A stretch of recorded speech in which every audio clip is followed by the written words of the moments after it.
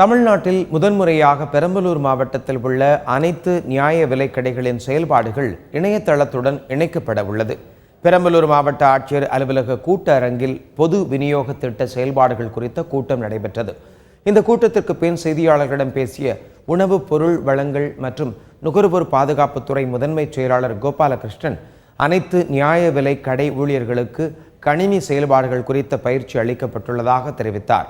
இதனையடுத்து பொது விநியோக திட்டத்தின் கீழ் அனைத்து நியாய விலைக் கடைகளின் செயல்பாடுகள் கணினிமயமாக்கப்பட உள்ளதாக அவர் குறிப்பிட்டார். இதன்படி தமிழ்நாட்டிலேயே முதன்முறையாக பெரம்பலூர் மாவட்டத்தில் உள்ள 283 நியாய விலைக் கடைகள் முழுவதும் கணினி மூலம் இணைக்கப்பட உள்ளதாக கோபாலகிருஷ்ணன் தெரிவித்தார். முதல் கட்டமாக பெரம்பலூர் மாவட்டத்தில் அமைந்துள்ள சுமார் 283 கடைகளில் கணினிகள் வைக்க உத்தேசிக்கப்பட்டுள்ளது.